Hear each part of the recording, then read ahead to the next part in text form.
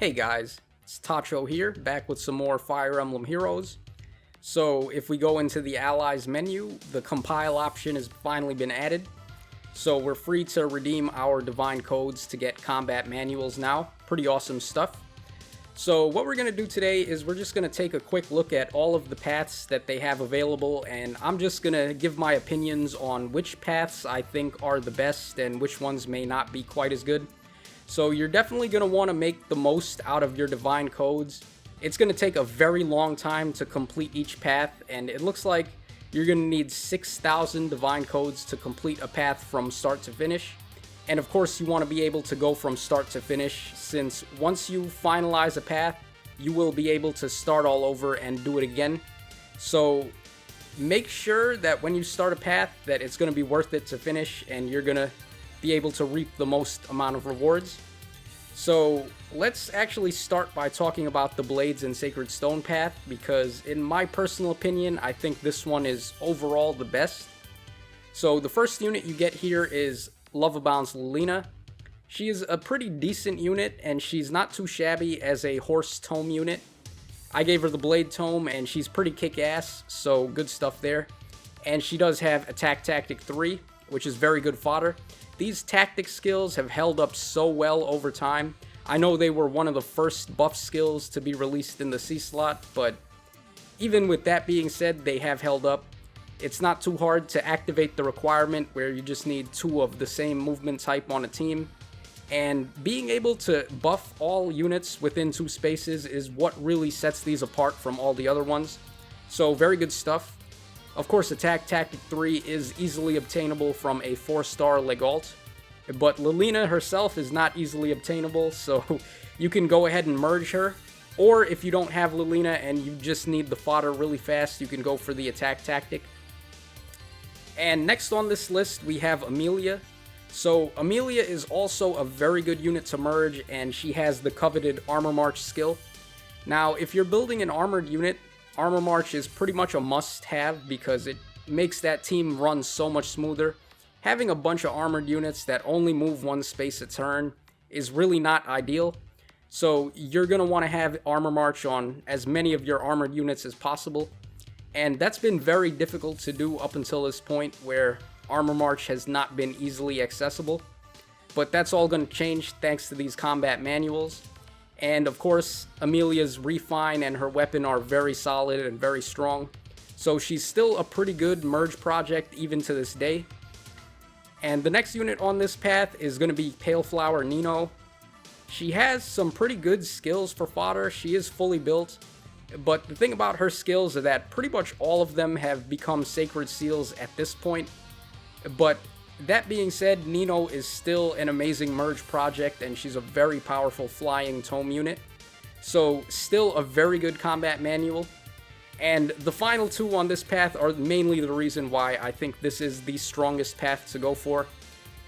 Winter Ephraim, of course, he's an amazing unit, amazing merge project. And he's got the coveted Bold Fighter 3, the very first busted skill that we ever got in this game. So shoutouts to that.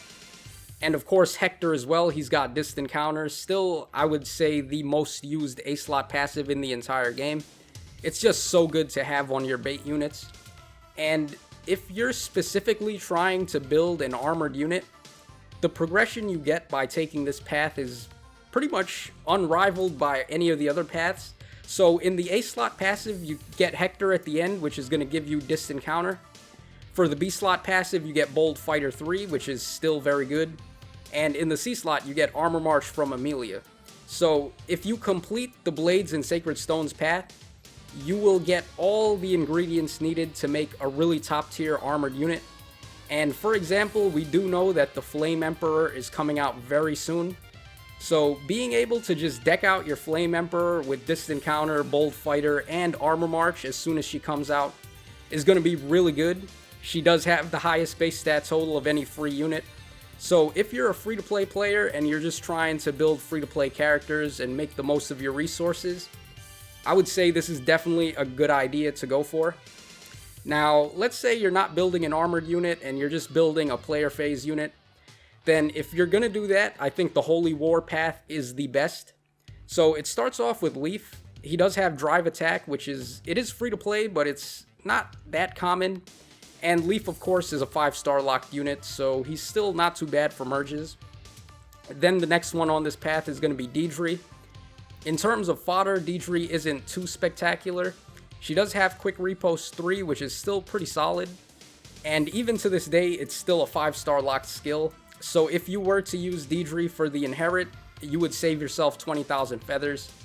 And she has speed ploy 3, which I don't know what to say about this skill at this point. It's way past its prime. There have been so many better debuff skills in the game since this has come out. So don't worry too much about that. But I think what really sets Deidre apart is her weapon is still very solid and it's very strong even to this day. She makes her way on a lot of infantry pulse teams in Aether raids, thanks to being effective against dragon types, and the refine that Divine Naga got is still very powerful. So she's still a pretty good combat manual. Then we have Sigurd, who is in the exact same boat as his wife. He is not the best when it comes to skill inheritance, but he is amazing when it comes to merges. And his title of being one of the top dogs when it comes to tanking is still holding true. Not a lot of units besides Brave Ike after his refine have the sheer amount of damage reduction that Sigurd can do. So he's really good at messing with ranged units and nerfing a lot of the damage. And I'm honestly still shocked that we've come this far in the game and Sigurd has not had an alt. So I'm expecting there to be a legendary Sigurd at some point, or some kind of seasonal Sigurd. I would really love that. He is my favorite lord behind Ike. So good stuff with that one. But the real rewards that you're getting from this path are these two right here. So of course Levin, he's got Special Spiral 3, which is all kinds of broken. And his weapon Forseti is still pretty powerful. So if you were to use this guy for merges, you would not choose wrong. Levin is an amazing green tome unit. His weapon has built-in Desperation. And of course Ishtar over here, she has Swift Sparrow 3. And she does have Air Orders 3 as well, which is very powerful. If you're running a flyer team comp and being able to jump your units, always really powerful stuff, and it makes your team that much more unpredictable. So as far as sheer offensive player phase goes, I would say just having Special Spiral 3 and Swift Sparrow 3 in the Holy War path sets it apart from all the rest. And really, it's only the Blades and Sacred Stones path, I think, that tops the Holy War path. But only if you're building an armored unit specifically. So keep that in mind. Now, I think the next big path we should talk about is the Radiance path. So it starts off with Leanne. And Leanne is a Heron, of course, so she's an amazing merge, just like her brother Rayson. These Heron units are so insane. Like, the 3 range of movement, the flying mobility, and the plus 7 HP heal at the start of every turn. They're just, like, insanely good support units to have on a team. So powerful. And skill-wise, I guess Flyer Formation isn't too shabby, but it is a Sacred Seal, and it is also free to play. You can get it on, I think it was Spring Loki who had that one. So nothing really too crazy in her inherits, but she does have Hone Beasts, which could be okay. Personally though, I don't think you're really going to run Hone Beasts, even if you're running a full Beast team. So really just go for the merges with Leanne. You will not choose wrong if you do that. Then we've got Elincia over here, Dancing Elincia. Cloud Myogi is a really busted weapon. It's got effective against dragons, and it has built-in Hardy Bearing. So very, very powerful weapon to inherit on any of your dagger units, such as Winter Jafar or Winter Cecilia. Then we have Lethe on this one. Lethe is a pretty good player phase unit, but as far as skills go, she doesn't really give that much. So definitely go for the merge with Lethe. And it looks like the running theme with all of these paths is that the final 2 characters are just the ones that steal the show. So Tanith, she comes with Harsh Command Plus, which is arguably one of the best assist skills in the game. It's going to negate penalties, and it's going to negate panic on your characters. So very powerful, and it's really good in Aether raids. It's really good in regular arena. It scores the maximum 400 SP. So really, really good inherit. And of course Grail, Big Daddy Grail over here. Fury 4 and Armor March 3. Also Aether, so in the event that you're trying to give Fury 4 to a non-armored unit, you can still take Fury 4 along with Aether. So he's just amazing when it comes to skill inheritance. There's really not much else to say. He's also amazing for merges too. Like, let's say you pulled on his banner and you got him plus attack, but maybe minus defense. You can just merge him up with this combat manual here, get rid of his Bane, and then he's just left with that awesome super boon and attack, and he's going to be rad. So, very good stuff from the Radiance path. I think it does come in number 3 just barely, behind the Blades and Sacred Stones path and the Holy War path. And next up, we're going to talk about the Awakening and Fates path. This one is pretty solid as well, and it might just be tied with the Radiance path. So it starts off with Summer Cordelia. She's not too spectacular, but she does have Dull Close, which is a really good skill. It's only going to work against close-ranged opponents, but still, being able to null all of their stat bonuses is crazy, and if you know for a fact that the unit that you want to put this on is only going to be fighting melee-type opponents, it's a very good B-slot passive. Then we've got Fallen Robin over here. He does have Vengeful Fighter and he has Ward Dragons. Both amazing skills to inherit on your characters. And of course, Robin is another amazing unit to merge. He does have an attack super boon. So if you were lucky enough to pull a plus attack Robin, then you can go ahead and merge him up and he's just going to be that much more awesome. So a very good manual there. Then we have Owain on this path. He comes with Wrath and Blue Flame.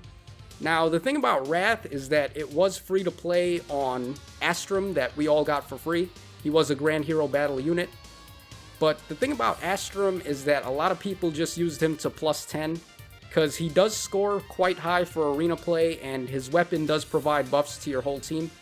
So getting the plus 10 on Astrum ended up being more valuable than going for the Wrath fodder.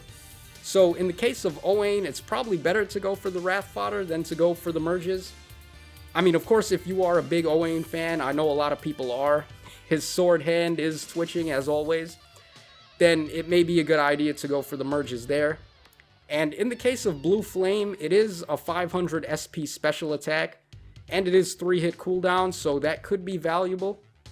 But the thing about Blue Flame is that it's very selective on which units can actually make the most of it. Because as you can see here, you need to be adjacent to get the maximum damage off, which is plus 25 damage. And for units to be adjacent, that kind of means you're trying to bait the opponents and have them come to you instead of you going to them. And if we're talking about units like that, then they can probably get the same amount of damage out of Bonfire and Iceberg anyway, since bait units typically have high defenses, and it's not too hard for them to really rack up damage with 3-hit specials. And it's also going to do the maximum damage, even if they're not adjacent to an ally. So Blue Flame, it is pretty decent, and it is selective on who's good with it. It just depends on which unit you want to put that on. And like I said, the theme of the last two characters being the ones who steal the show just holds up even more. Xander's got Quick Repost 3 and Close Counter. Very good inherits on any unit that you're going to plan to give those to. And he does have Dusk Uchiha as his weapon. So this one, I believe it's the only effective against Cavalry Dagger in the entire game right now. So it does have some uses there. And it also has Hardy Bearing. So you can wreck all of those Vantage Sword units like Sword Reinhardt and also Ares with this weapon. So pretty good stuff. And finally, we've got Adrift Male Corrin on this one. He comes with Null Follow-Up and he's got Hone Dragons. So very good inherits, especially for free-to-play. A lot of people have built up their free-to-play dragons like Adult Tiki and Naui and Fa.